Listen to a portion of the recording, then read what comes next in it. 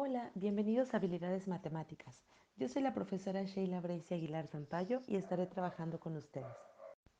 En esta ocasión abordaremos el tema de conversión de números decimales a fracciones y viceversa. Antes de empezar, repasemos algunos conceptos básicos. Los números decimales son valores que denotan números racionales e irracionales, es decir, que los números decimales son la expresión de números no enteros. Un número decimal está compuesto por una parte entera, que puede ser cero, y por otra inferior a la unidad, esta separada de la parte entera por un punto.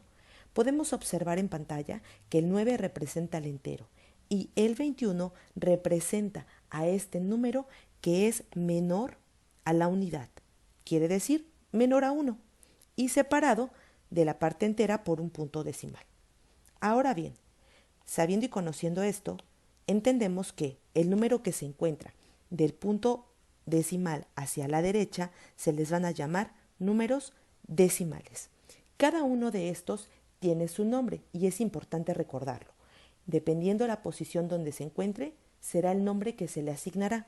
En la primera posición vamos a encontrar a los décimos. En la segunda posición encontraremos a los centésimos. En la tercera posición vamos a encontrar a los milésimos y así sucesivamente.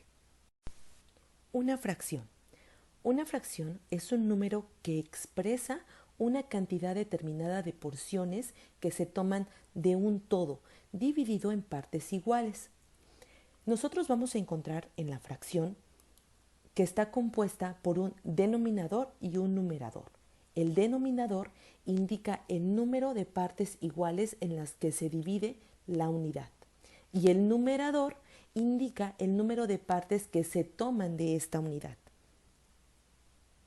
Después de recordar estos conocimientos previos sobre número decimal y fracción, vamos a empezar con las conversiones de decimal a fracciones.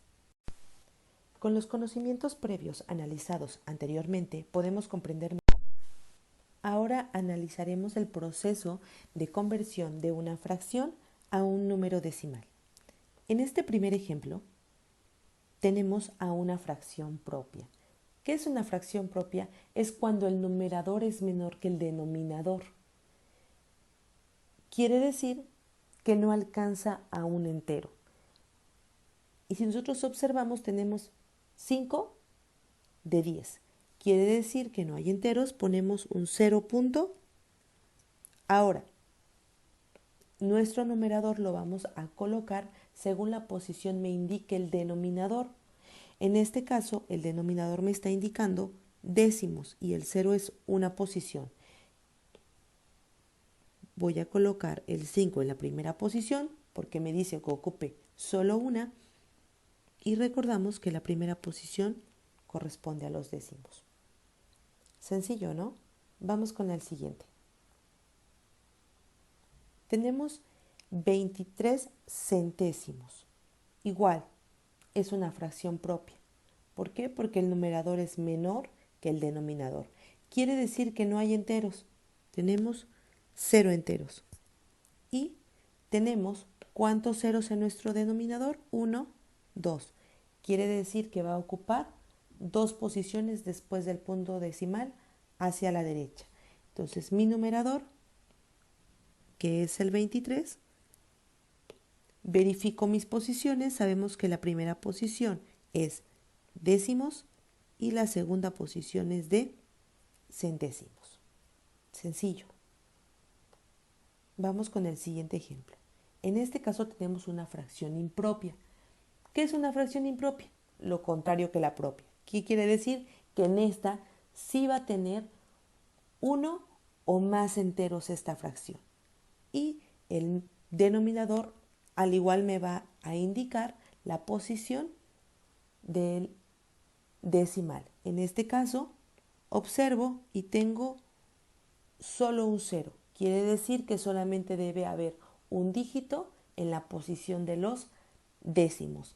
En este caso, como ya sé que hay enteros, tengo 6.4. ¿Por qué? Porque me dice que son décimos y solo debe haber un dígito ocupando esa posición. Vamos con el último ejemplo y seguramente este ya lo has trabajado y es el que comúnmente ocupas cuando encuentras una fracción.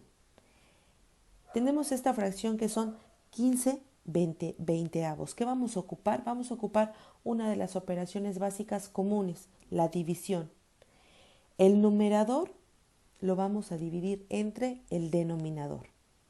Recordemos que cuando vimos en los conocimientos previos, indicamos que el denominador nos va a determinar cuál es el número de partes iguales en los que se divide la unidad y el numerador nos va a indicar el número de partes que se toman de esa unidad. Entonces nosotros lo colocamos como normalmente lo hemos trabajado. Voy a dividir 15 entre 20 y el resultado va a ser mi número decimal. Espero este video sirva de apoyo para la comprensión al tema. Si tienes alguna duda o pregunta, contáctame por medio del correo institucional o en la plataforma Moodle.